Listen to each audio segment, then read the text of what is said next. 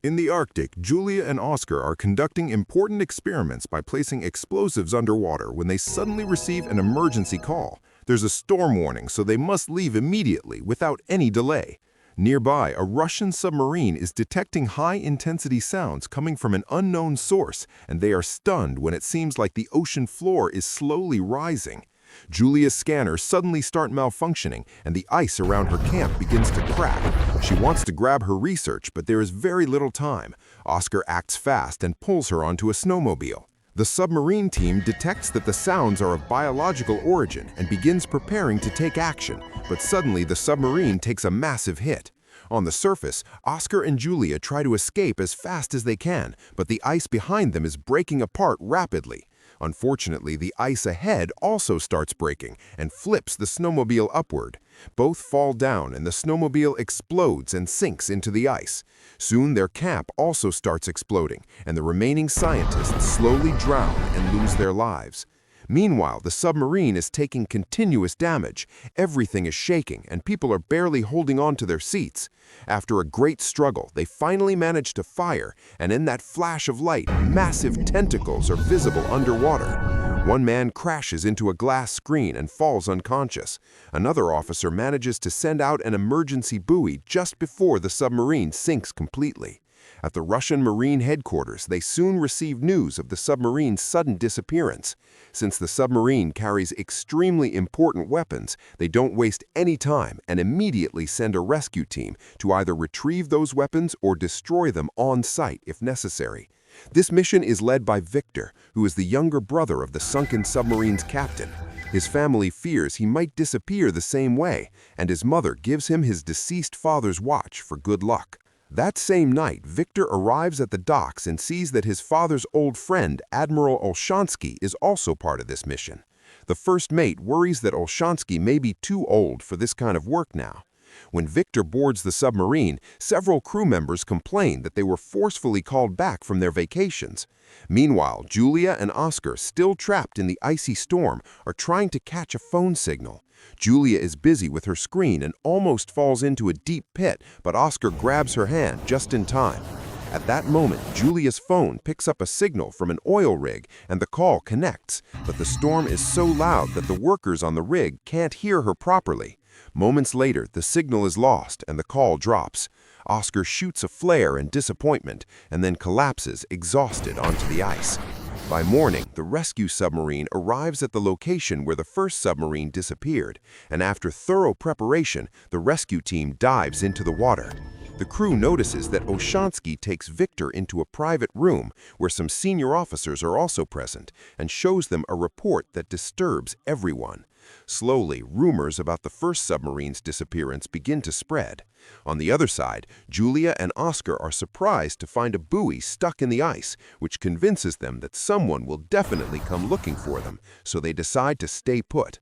As soon as the submarine picks up the buoy signal, it immediately heads in that direction.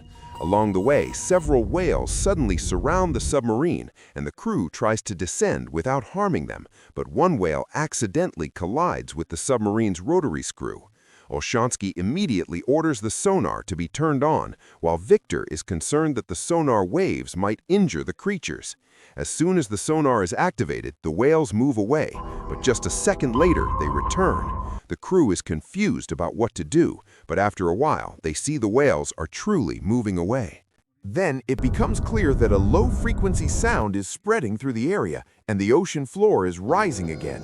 In the darkness, a massive tentacle appears and kills a whale with a single strike. The submarine's crew panics as they can neither identify the sound nor understand the large signal appearing on the radar. Olshansky wants to order a fire, treating it as an enemy, but Victor stops him and says, "We cannot fire until we have confirmation," and orders everyone to find a hiding spot. The submarine enters a crack in a large wall of ice, and every time it scrapes against the ice, everything shakes. The radar noise grows louder, and crew members wearing headphones cry out in ear pain. As the unknown creature chases them, the crew stops the submarine because the path ahead is completely blocked, and fortunately the strange creature moves away by then. The crew begins damage assessment, and Olshansky scolds Victor for taking unnecessary risks. With no other option, they surface and immediately begin repairs. Meanwhile, up above, Julia and Oscar are huddled against some rocks, trying to keep warm, when suddenly the ice around them starts breaking, and the submarine emerges from the water. The crew immediately spots the survivors and runs toward them. Once confirmed they are unarmed, they are brought inside and their story is heard. Victor examines the buoy and then speaks with Olshansky, who sternly says to just give these civilians food and let them go, as they could even be spies. But Victor feels sympathy for both of them and says no, let them stay with us. The submarine dives back into the water to begin a search operation in the surrounding area. After a medical check, Julia and Oscar are given food. Victor comes to them, shows a map, and says, "Mark the location of your camp and tell me if you saw anything strange." When Julia mentions the explosives, Victor realizes that the blast may have been what caused his brother's ship to sink. The crew then discusses the next strategy, and Olshansky says gravely that they should turn back as they cannot face this mysterious threat, and if attacked again, sending an emergency signal won't even be possible. But Victor is desperately eager to find his brother and orders the crew to take the submarine toward Julia's camp. Olshansky takes him aside and says, "This is the second time you've made a wrong decision, and one more mistake will finish us all." Victor then tells his first mate they need to hurry, because if anyone is alive in that other submarine, their oxygen must be running out by now. Just then, Julia hears a strange sound, and Oscar tells her it's the sonar. Maybe someone is searching for the other submarine. The search continues, and then the radar once again tracks the mysterious enemy approaching from behind. Victor immediately orders them to find a hiding place, but this time they're in open water with no cover. Seeing the situation worsen, they send an emergency signal to the oil rig, and when the rig grants permission to take shelter, the crew feels some relief.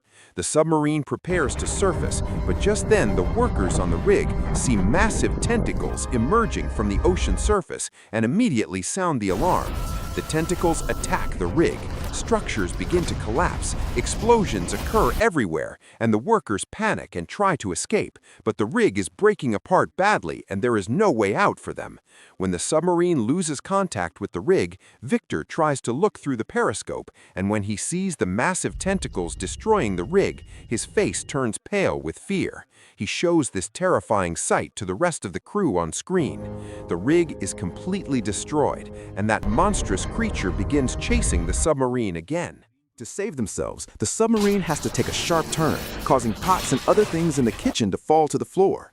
Olshansky privately thinks this is Victor's third wrong decision and announces that command of the submarine is now in his hands. He immediately orders 2 torpedoes to be fired, and both hit their mark, and he proudly says this is how it's done. But his confidence is shattered when an officer says, "Sir, the enemy is still moving." More torpedoes are fired, and another massive explosion occurs, but the monstrous creature is still alive and now chases the submarine even faster. Olshansky is frozen with fear and doesn't know what to do. Then, Victor takes command again and orders the entire crew to run the submarine at full speed. They survive some of the attacks, but one tentacle strikes the submarine hard, causing some damage. The entire crew falls to the floor, and Victor's head hits hard, leaving him dizzy. Some computers short-circuit, and a heavy monitor falls and crushes a crew member. The submarine begins to sink, and the monster seizes that opportunity to launch another devastating attack. A powerful explosion occurs in the torpedo compartment, and fire breaks out. Ventilation is immediately shut off, and that section is sealed.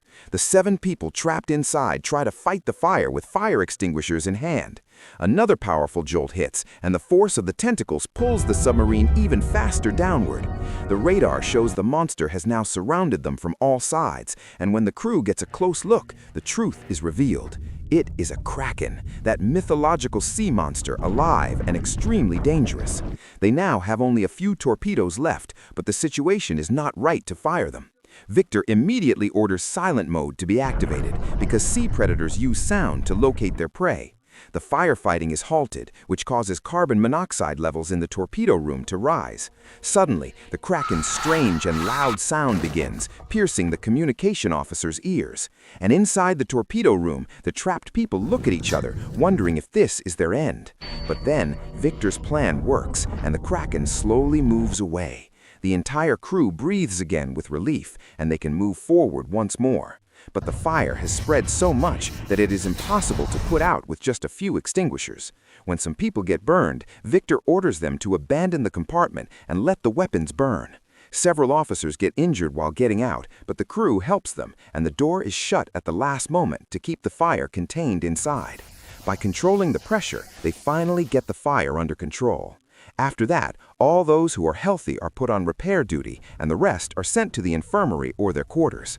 Oscar and Julia help the people with medical assistance, winning the trust of the entire crew. Julia also cleans a cut on Victor's forehead, and an officer jokingly says, "It looks like you're falling for him." Julia denies it, but the officer tells her that Victor broke all the rules to save her. Later, Victor consults the entire crew, asking, "What should we do now?" And everyone agrees they should turn back because they have no information about the other submarine and cannot fight the Kraken. Then Oshansky reminds Victor that your father was also a hero who, in a submarine accident, saved everyone's lives but could not save himself. After much hesitation, Victor agrees. As the submarine begins heading home, Victor is reading the last letter written by his father when Julia enters the room and notices some birds in his quarters. Victor explains it is an old method of checking oxygen levels, and if the birds become restless, it means something is wrong with the air. Julia asks for a map and marks all the locations where they had seen the Kraken, including her camp's location. According to legends, this creature has attacked several ships before, but then suddenly disappeared, and some scholars believe the Kraken had gone into a deep sleep. Julia slowly arrives at a conclusion, saying, "My explosives probably hit its hidden den, and that is what woke it up." And she warns that if they make another mistake, it will find them again. Victor is impressed by her words and asks, "How do you know all this, and do you have any idea where your brother's submarine might be?"